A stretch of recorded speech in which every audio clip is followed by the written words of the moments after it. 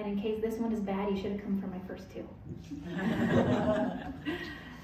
My name is Miriam Mendoza, and I was born and raised here in the Yakima Valley. I attend the Temple Shalom, the synagogue here, the Jewish synagogue here in Yakima. And I first came across Unity through the Yakima Association of Faith Communities. Marilyn invited me, and it's just been a wonderful blessing to know Marilyn and meet all of you. So for those of you who don't know, I'm not Jewish. I'm actually considered Noahide, and that's just basically a category maybe of Judaism that it's not for Jewish people. It's specifically for righteous Gentiles, or just anybody who's not Jewish but wants to live a good life, or just wants to do good deeds and fill their life with good deeds and touch others. Yes. Sorry, I was holding them hostage.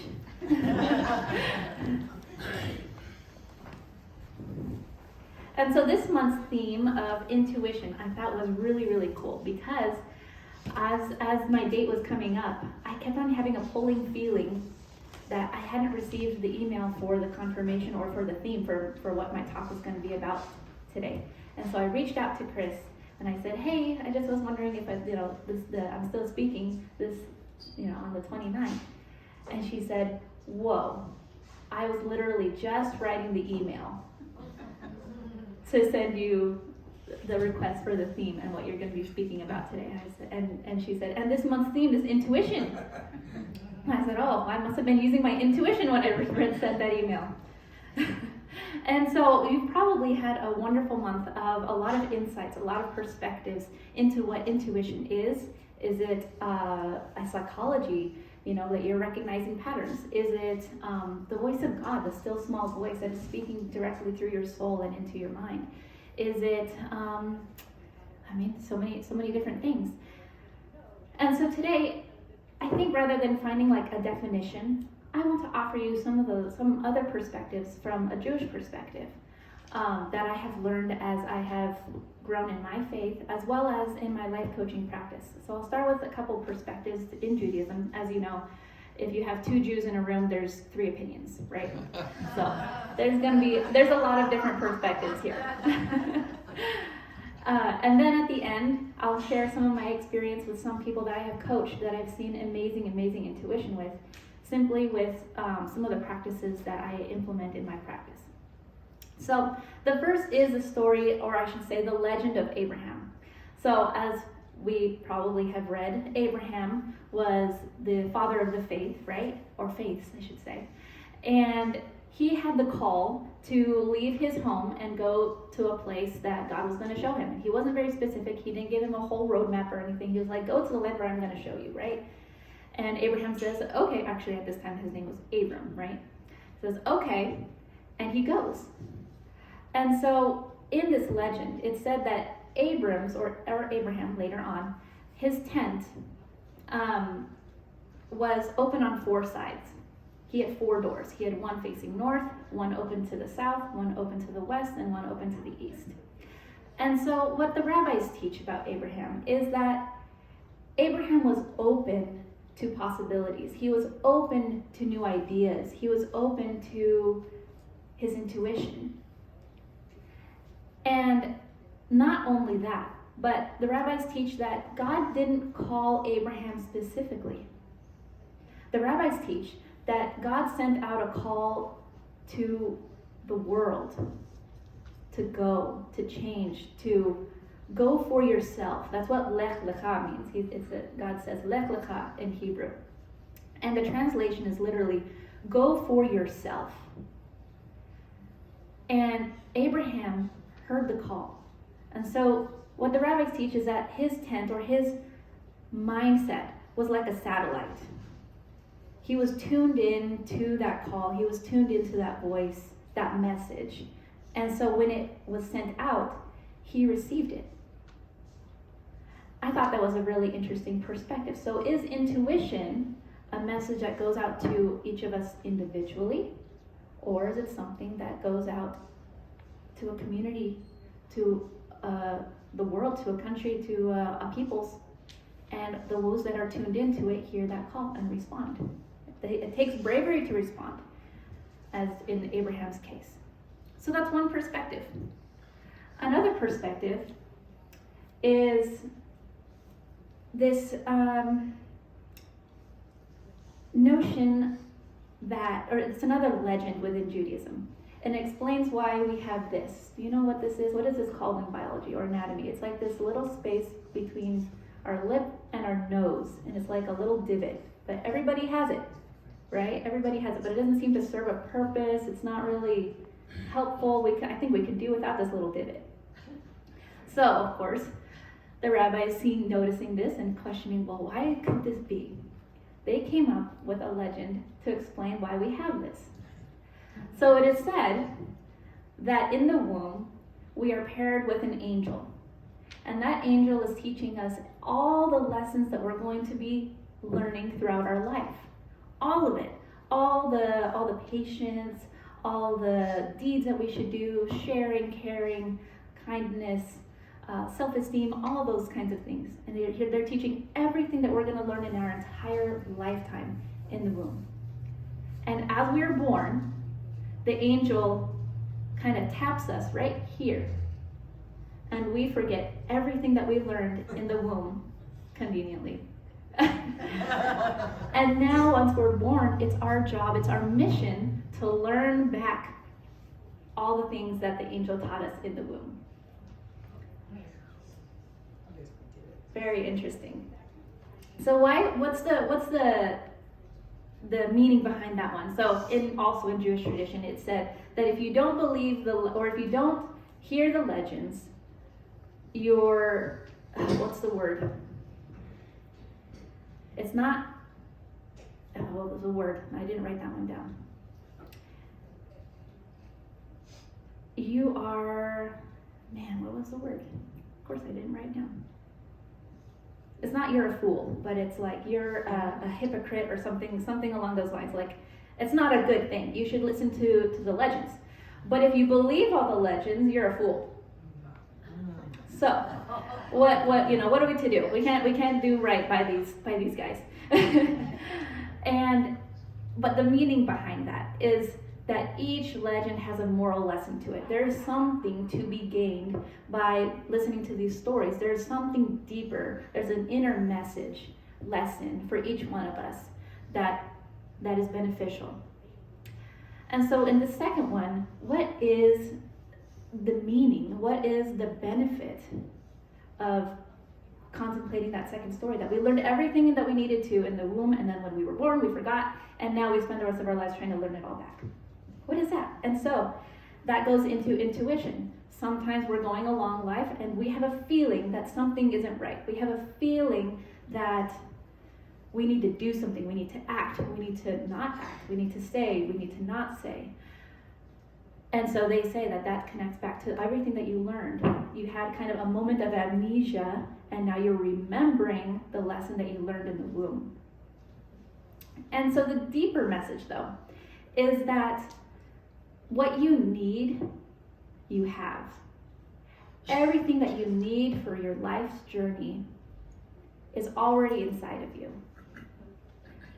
God created you whole, beautiful, and gave you everything that you needed for this life, for your mission in this life, for your task in this life. So there's nothing there. God isn't going to give you a task that's too big, that's something that you cannot handle. Although sometimes it does feel like it. It feels like that. But that's also part of the lesson. Maybe the lesson isn't overcoming the task. Maybe the lesson is asking for help. Maybe the lesson isn't doing it all yourself. Maybe the lesson is creating a team. Maybe the lesson is even saying, I can't do this on my own. Those are lessons too. And it's one that I've had to learn many times throughout my life. And so as we contemplate intuition, whether it be a feeling, a call, a voice, how do we find the strength or the courage to act on it? Is it confidence? Is it faith? Is it support from others? Well, now I'll tell you a couple stories of intuition that I have seen and experienced in others, not just my own. It's kind of easy to say that I knew something, but when you're an outside person looking on something, you don't know how the person knows. You don't understand. It's that much more miraculous. So I had a client once that she was getting sick constantly getting sick. And it was all in her head area right here. And she would go to the doctor and they would say, you have a tooth infection or an ear infection. She would go to the dentist, they would do a root canal, the pain would return. It was actually an ear infection, she didn't need the root canal. And antibiotics constantly for about 6 months straight. She was subjected to this. And she was coming to her coaching sessions less, right? Because she was under so much stress, under so much pain. And when she came in, I was at the 6-month mark. It was her second coaching session, and she was explaining to me what was happening. I walked her through a meditation of reconnecting with this side of the body, with giving strength to this side of the body, with connecting with this side of her face, and just drawing her mind to it. She's been running away from it for so long because it's so painful, because it's so, she doesn't want to be here. She wants to be everywhere else. So we took that time to recognize and see and draw healing to that space. And at the end, she said, I need to trust my intuition. That was intuition for her intuition. It's a double layer, right? And I said, what does that mean? What can you do? How can you trust your intuition?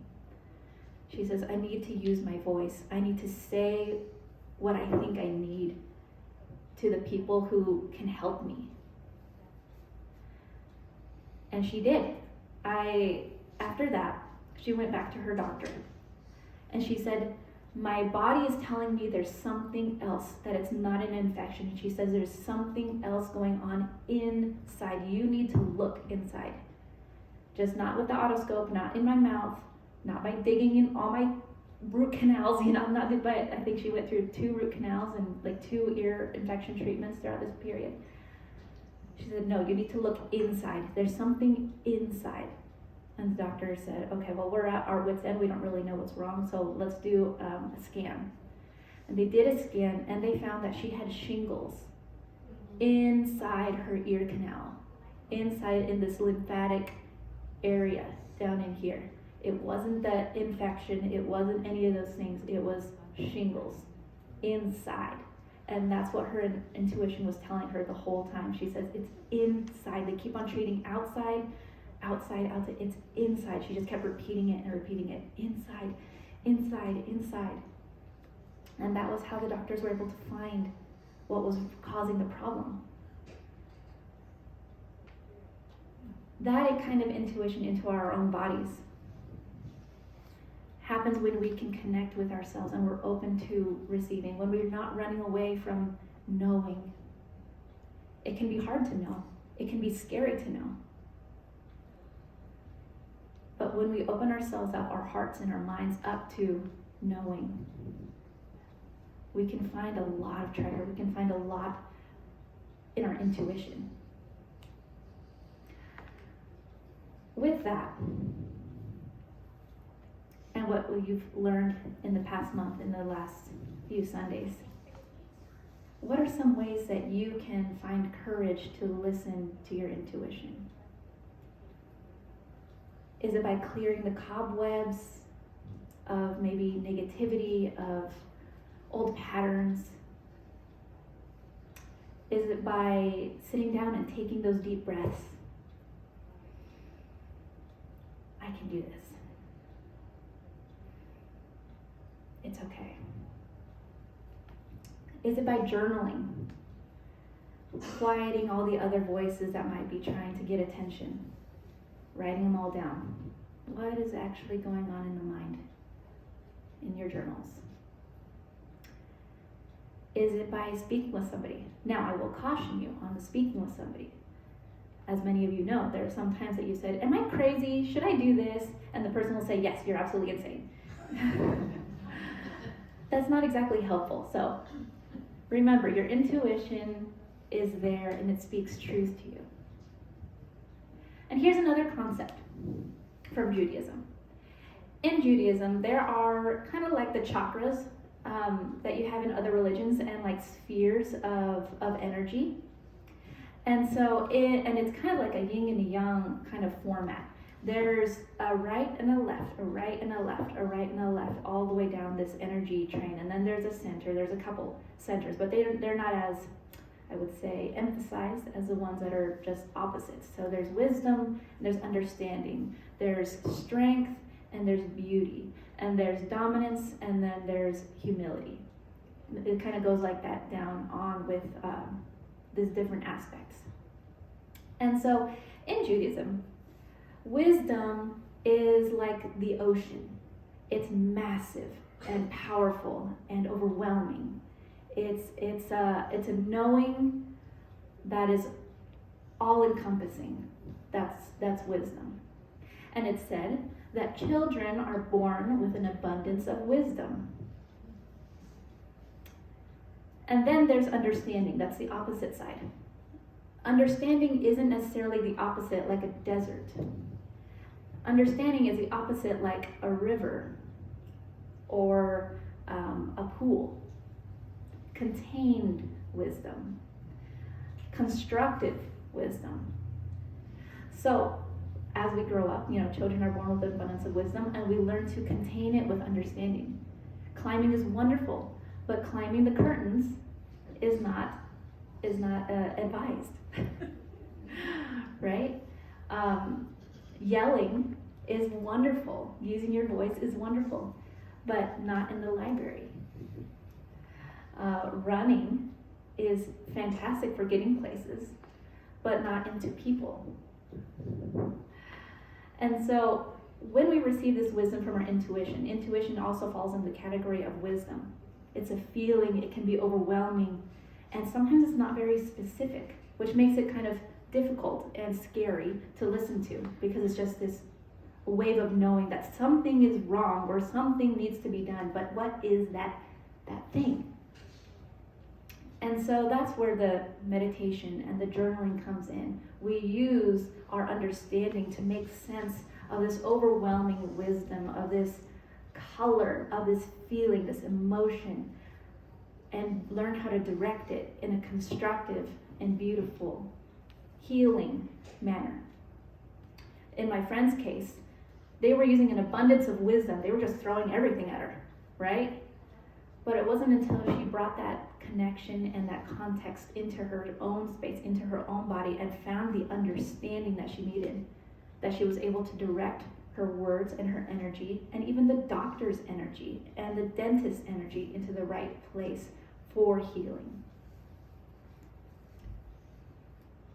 And so I encourage you today, is there something that feels overwhelming, overwhelmingly heavy, overwhelmingly large, that may just need some constructive outlets, that may just need some direction?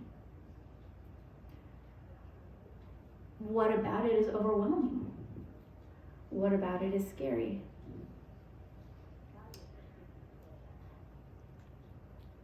And for those of us that we hear people kind of talk to us about their intuitions, how can we be a constructive person to speak to? How can we be a supportive person when someone comes to us and say, I have a feeling that something is wrong. I have a feeling that I need to do something. I have a feeling I need to get out of here, as sometimes I hear.